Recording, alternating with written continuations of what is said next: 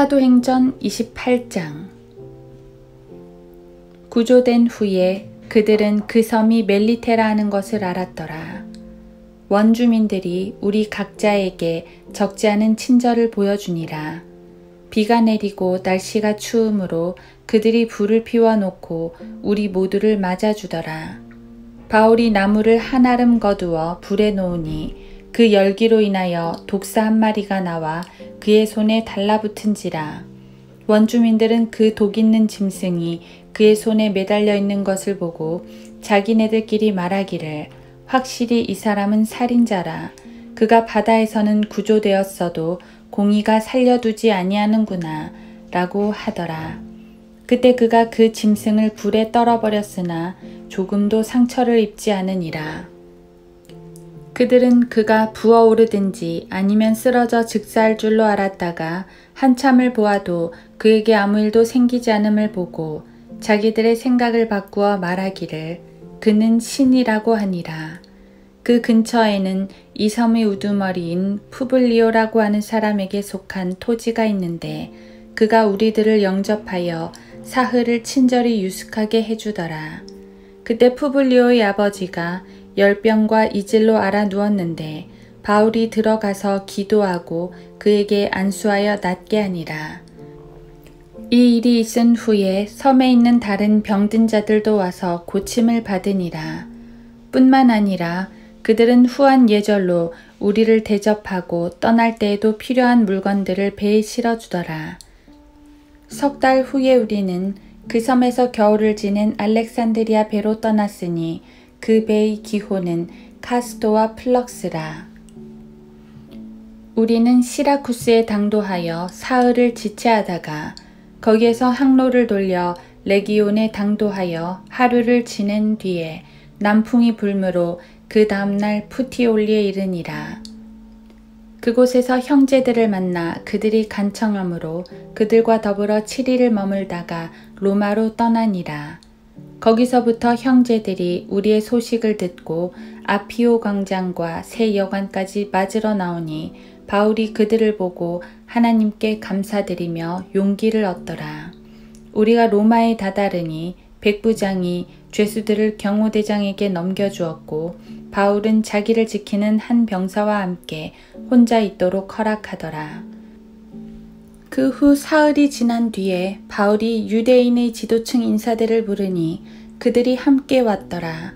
바울이 그들에게 말하기를 형제 여러분, 나는 우리 백성이나 조상들의 규례에 어긋나게 행한 것이 조금도 없는데 예루살렘에서 죄수로 로마인들의 손에 넘겨졌노라.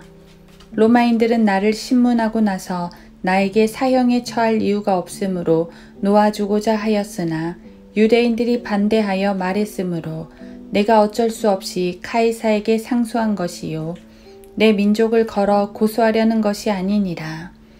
그러므로 이런 연유로 여러분을 만나서 이야기를 나누려고 청하였으니 이는 이스라엘의 소망 때문에 내가 이 사슬에 묶여있기 때문이라고 하니 그들이 바울에게 말하기를 우리는 유대로부터 당신에 관하여 편지를 받은 바도 없고 또 형제들 가운데 누가 와서 당신에 관하여 나쁘게 보이거나 말하려고 한 일도 없었느니라. 그러나 우리는 당신이 생각하는 바를 당신으로부터 듣기를 바라니 이는 이 종파에 관해서는 어디서나 반대받는 것을 우리가 알기 때문이라고 하더라. 그 후 그들이 그와 나를 정하여 많은 사람이 그의 숙소로 찾아오니 그가 아침부터 저녁까지 강론하며 하나님의 나라를 증거하고 또 모세의 율법과 선지자의 글로써 예수에 관하여 그들을 설득시키더라. 그 중에는 그가 말한 것을 믿는 사람들도 있고 또 믿지 아니하는 사람들도 있어서 서로 의견이 맞지 않아 자리를 뜰 때 바울이 한마디 부언하기를 성령께서 선지자 이사야를 통하여 우리 조상에게 잘 말씀하셨도다. 말씀하시기를 이 백성에게 가서 말하되 너희가 듣기는 들어도 깨닫지 못할 것이요 보기는 보아도 알지 못하리라 하라. 이 백성의 마음이 무디어지고 그들의 귀는 듣는데 둔하고 그들은 자기들의 눈을 감았으니 이는 눈으로 보지도 못하고 귀로 듣지도 못하며 마음으로 깨닫지도 못하고 회심하지도 못하게 되어 나로 그들을 치유하지 못하게 하려 함이라 고 하셨느니라.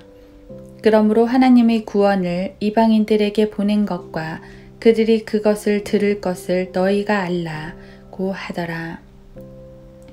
그가 이 말을 마치니 유대인들이 자리를 뜨더라. 그리고 그들 사이에 상당한 쟁론이 있더라.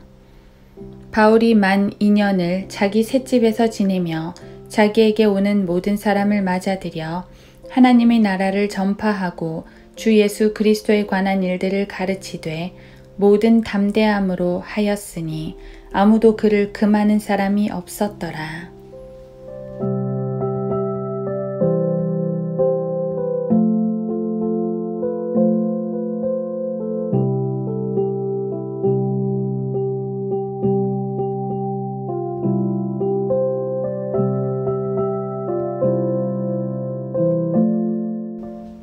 하루 한 장 사도행전 28장. 하나님의 나라를 전파하고 주 예수 그리스도에 관한 일들을 가르치되 모든 담대함으로 하였으니 아무도 그를 금하는 사람이 없었더라. 사도행전 28장 31절. 우여곡절 끝에 바울은 로마로 입성합니다. 거친 풍랑도 지났고 조그만 섬에서 원주민들에게 하나님의 능력도 보였고 그 후 마지막 여정은 그리 어렵지 않게 로마로 들어갔습니다. 로마 근교에서는 성도들이 소식을 듣고 마중도 나옵니다. 죄수의 신분이라고는 하나 이미 하나님의 보호함 속에서 호의를 얻었습니다. 로마에 도착해서도 창살이 있는 지하 감옥에 있기보다는 조그만 집에서 병사의 감호를 받으며 억류되어 있는 정도였습니다. 자유롭게 다닐 수는 없었지만 누군가를 불러들일 순 있었고 그래서 유대인 지도층 인사들을 불러 복음을 전하기도 했습니다. 이것을 바울의 1차 투옥이라고 하는데 그는 이처럼 투옥 기간에도 담대하게 예수 그리스도를 전했습니다. 그런데 이게 사도행전의 끝입니다. 우리는 뭔가 뒷이야기를 기대하는데 적어도 사도행전에서는 더 이상의 역사가 기록되지 않습니다. 말하자면 바울이 네로 황제를 만났는지 만나서 어떻게 했는지 그런 궁금증은 명확히 풀리지 않습니다. 이어지는 서진서들을 통해 추론만 할 뿐입니다. 1차 투옥은 2년간이라고 되어 있는데 그 후에 또 어느 곳에서 어떤 전도 여행을 했는지 그 구체적이고 생생한 기록은 볼 수 없습니다. 이후의 서신서 기록들을 보면 우선 이 기간 중 4편의 서신을 기록했고 에베소서, 빌립보서, 골로새서, 빌레몬서. 풀려난 후에는 아마도 스페인까지 갔을 것이고 로마서 15장 28절. 네로의 대박해 때 2차 투옥을 하여 순교를 합니다. 디모데후서 4장 6절. 그런데 그 자세한 내용들은 알 수가 없습니다. 사도행전이 좀 더 길어서 그 모든 역사를 생생하게 볼 수 있었다면 얼마나 좋았을까 하는 아쉬움도 남는 게 사실입니다. 하지만 분명한 게 있습니다. 사도행전의 기록이 끝났다고 성령님의 역사가 끝난 건 아니라는 것 말입니다. 어찌 보면 이제부터 본격적인 성령님의 역사가 일어난다고 봐도 좋습니다. 몇몇 사도들 중심이 아닌 우리같이 평범한 성도들을 통해서 말이지요. 일찍이 하나님께서는 사도들을 선임하셔서 그분의 역사를 이루셨습니다. 사도행전 초반엔 베드로가 주인공이었고 중후반엔 바울이 주인공이었습니다. 어찌 보면 그들은 복음의 슈퍼스타들입니다. 그리고 우리는 사도행전을 통해 그 슈퍼스타들에 취해 있었을지도 모릅니다. 사실 진짜 주인공은 성령님이신데 말이지요. 성령님께서 그분들을 놀랍게 쓰신 건 사실입니다. 하지만 들풀처럼 깔려진 수많은 이름 없는 성도들이 아니었다면 복음은 오늘 우리에게까지 전해지지 않았을 겁니다. 사도행전이 끝났다고 아쉬워할 게 아닌 건 바로 그러한 역사가 지속되기 때문입니다. 어찌 보면 사도행전은 성령님의 거대한 역사의 시작일 뿐입니다. 그분의 역사를 연 포문일 뿐입니다. 누군가가 사도행전은 끝나지 않았다 라고 말하는데 맞습니다. 성경 기록으로서의 사도행전은 끝났지만 성령님의 복음의 역사는 주님 다시 오실 때까지 결코 끝나지 않기 때문입니다. 사도들은 사라졌지만 그들을 사용해 기록하신 성경을 통해 그분은 오늘도 우리에게 역사하십니다. 표적과 이적은 나타나지 않아도 하나님의 말씀을 통해 그분은 여전히 복음의 능력을 행하십니다. 사도들 안에 계셨던 성령님은 오늘 우리 안에도 동일하게 계십니다. 우리가 믿음으로 순종한다면 성령님은 우리를 통해서도 여전히 성령 행전을 이루실 것입니다.